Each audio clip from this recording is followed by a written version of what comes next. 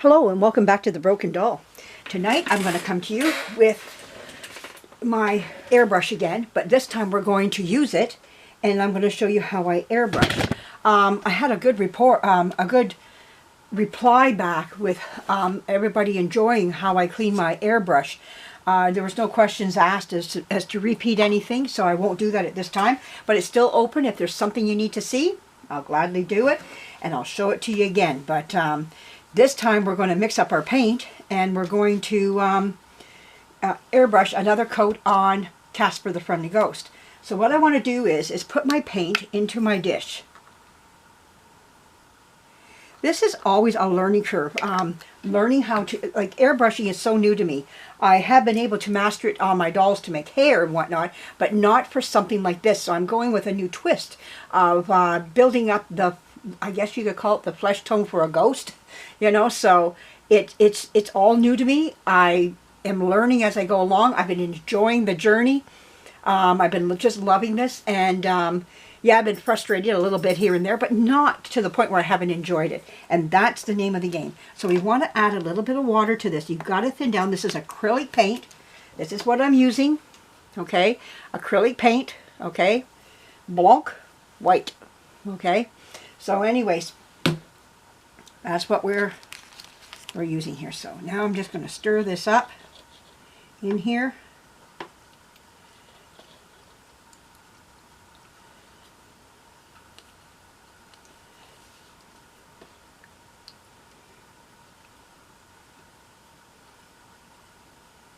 I'm very new to airbrushing, and I'm, like I say, I'm going online, learning and figuring things out, and just wanting to, you know, learn. And I don't think we're ever done learning in life about things, you know. We just are always wondering how to do things and figuring it out. So we went out and got our vegetables for our Thanksgiving meal because we do not want to be in the stores right now. They're just, whoo, my goodness, the people are everywhere. And I'm just going to add a little bit more paint. I think I want just a little squirt right there. Let's get that right here off of there. There we go. And that's about it. I think we got her. I'll show you once I get this mixed up, just how thick this is and how thin. You maybe see how thin it is or how thick it is, whatever way you want to go. Whoops. But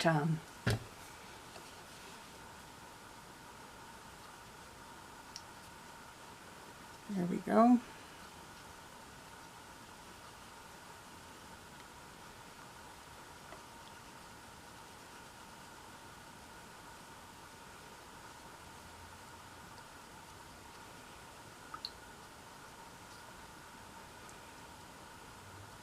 Okay, so if I was to show you, there's the move. Let me see what you're seeing here. I gotta see what you're seeing. Maybe I need to come down more. Oh yeah, I think we've slipped upward. Yeah, I didn't have it up that high. Oh wow. Okay, where did that goat come? Okay, that settles right there. I think I want it up just a little bit, just a little titch more. There we go. That's good. Okay, so anyways,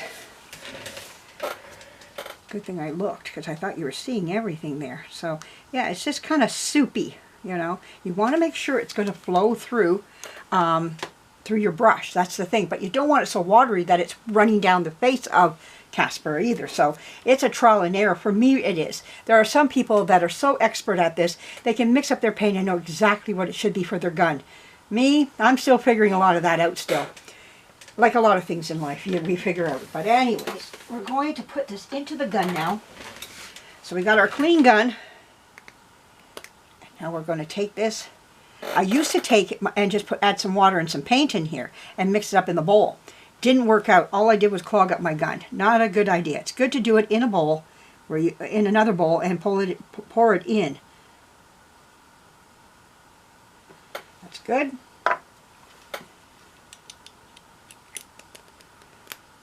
There we go. So I get Casper down. Okay, so there's Casper. We're going to turn this on. It gets a little noisy now. There we go.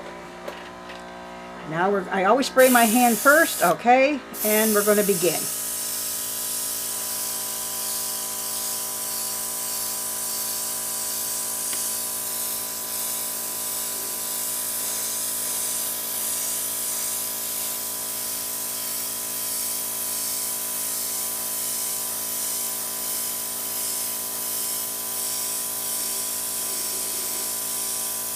One thing about acrylic paint, it dries fast, so your drying time is a lot quicker.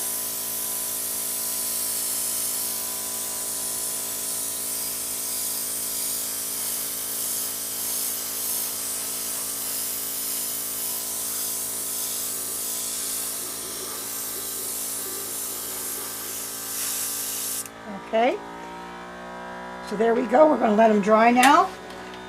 That's one coat done. Okay, we're going to put him back up here in my holder. This is my makeshift holder for him. There we go. We'll worry about his neck another time. Right now he's wet, so we're going to let him dry. Let me show you him. I hope you're able to see that online, on my camera, I mean. So there he is right there. Now he's drying right now, and I'll be giving him another coat once he's dried again. And I just sit out here and finkle-fankle around. Now, before I go, I want to show you something. I went to my Dollar Tree, and they just brought them in, and as fast as they came in, as fast as they left. But I was able to get some Halloween material from my Dollar Tree. And I've never seen this before at my other dollar stores, but I was able to get these black cat. I got 2 of them. And they're black cats, and I thought, well, that would make a nice dress for one of my dolls. Oh, I should put it up here. There we go. We're going to bring it down. And yeah, I just thought, hey, that would make a wonderful little dress or something for somebody, a cape, whatever, you know, for Halloween next year if I want to do some sewing. And they have these in there for, like, I think they're $1.50, $2 or something like that. Is there a price here? I don't know what I paid, but you know it's a dollar store, so you're not going to pay that much more, you know. But does it say how much? They're 18 by 20 inches. So it's a fair amount of material. I got 2 of them. I went to go back today to get some more, and they're gone. There was ghosts and everything. So I'm going to have to pay attention if there's some Christmas ones in there this year. And I'm going to buy a whole smack of them if I can find them. And I bought this here. I'm going to be putting some Barbies in that and putting it up on my shelf. I want to bring all my Barbies down that I own and put them in these here, and I'm going to sort them out from the old to the new, and blah blah blah goes the story. I want them all in bins. These are not the same bins of what I've been using because these are going on another shelf. I really don't care if I keep to the same bins or not for this. They're just Barbies that are going in here, and that will free up another bin up in the attic. So exciting, you know, all the time. I'm clearing up more and more bins all the time. So in the meantime, I'm going to go up in my attic, and I'm going to bring down some Barbies and start sorting them out and put them in. I got a couple bins here already waiting to be filled. So it's always about organizing. I have never organized so much in my life as I have in this last little while. But it's good stuff. It needs to be done. And it lets me know where everything is. Because I would like to put on, I've been thinking about this, putting on a Barbie fashion show.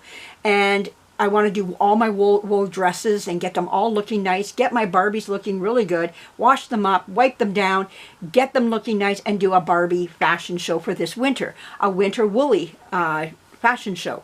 And I think that would be cute, you know. I want to talk to my son about making me a little stage if it's possible. I don't know if we can or not. It's going to be, I don't know if we can make it fast enough or whatever, but hey, we can try anyways. See what we can come up with. Even if we have to use our hands, we will do so. Or put them on stands. We'll figure something out to make them look really, you know, fabulous type of thing. But I thought anyways that that would be nice to do, is do a Barbie fashion show. Show off some of the clothes that they can wear. What was worn years ago, what is being worn today, and the different, going through the years of my clothing. But it's going to take a lot for me to sort through, as I'm still working on composition dolls. My Patsy clan there that I need. I keep finding more Patsy dolls, and it just doesn't end. I imagine there's still more up in the attic because I was really in a Patsy phase back when I was collecting, and I wanted some of the Patsy dolls. So I know there's more up there. I got this gut feeling there's more. I'm not looking right now. I don't want to look because I know if I look, I'll see, I'll want, and I don't want to get into that. So I want to buy them. I would want to bring them in and start fixing them. I would like to move on with some of the others that are just sitting here looking for to be done as well. So anyways, in the meantime, this is what I'm doing. And we're going to let Casper dry right now. And I'm going to go up in the attic and see about getting my Barbies down and start putting them in the bins that they need to be in. But anyways, thank you for joining me. I hope you enjoyed this. I hope that gave you a little bit of insight about airbrushing. I know airbrushing is, I don't want to say I was actually afraid of it, but I just want to say more like it's a foreign field for me that I've never ever touched. Just like working with a Dremel, I was scared. I don't want to say scared, but I guess I was. Maybe I was scared because it's just new. And once you kind of conquer some of it, it's not what you think it is. And all of a sudden you start going, wow, what was I afraid of? Or why was I so intimidated by it? And afterwards you become like a little whiz on it, you know, and away you go, you know. But yeah, it's what it is. And we find ourselves diving into things that we need to dive into. We need to dive into those things. And we need to pressure ourselves. And I do it. I do pressure myself. After a while I get fed up and I just go, okay, if I ruin the airbrush gun and I don't know how to put it back together again, I'll buy a new one. That's what I thought. You know, they're out there. I can buy another one. But that's just not what I want to do. I don't want to just rely on that. I want to be able to say, hey, you know, I can do this, you know, and I don't need to be buying like that. There are ways to do this. So, but we're going to come back, keep giving him another coat. It's going to be slow. It's put a coat on, let it dry. Put a coat on, let it dry. And build it up to the 31st and see if I can get him done in time for Halloween.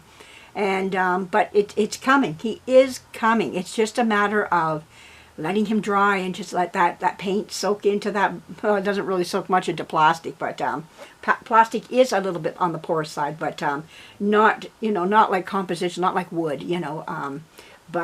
Yeah, I hope you enjoyed this. More to come. I've got lots more up my sleeves and lots of dolls to talk about and lots of dolls to rip apart and figure out how they go back together again. But anyways, thank you for joining me, and we'll be coming back with more. And thank you for joining me. Anyway, give me a comment. Thumbs up. Thanks again. Bye-bye.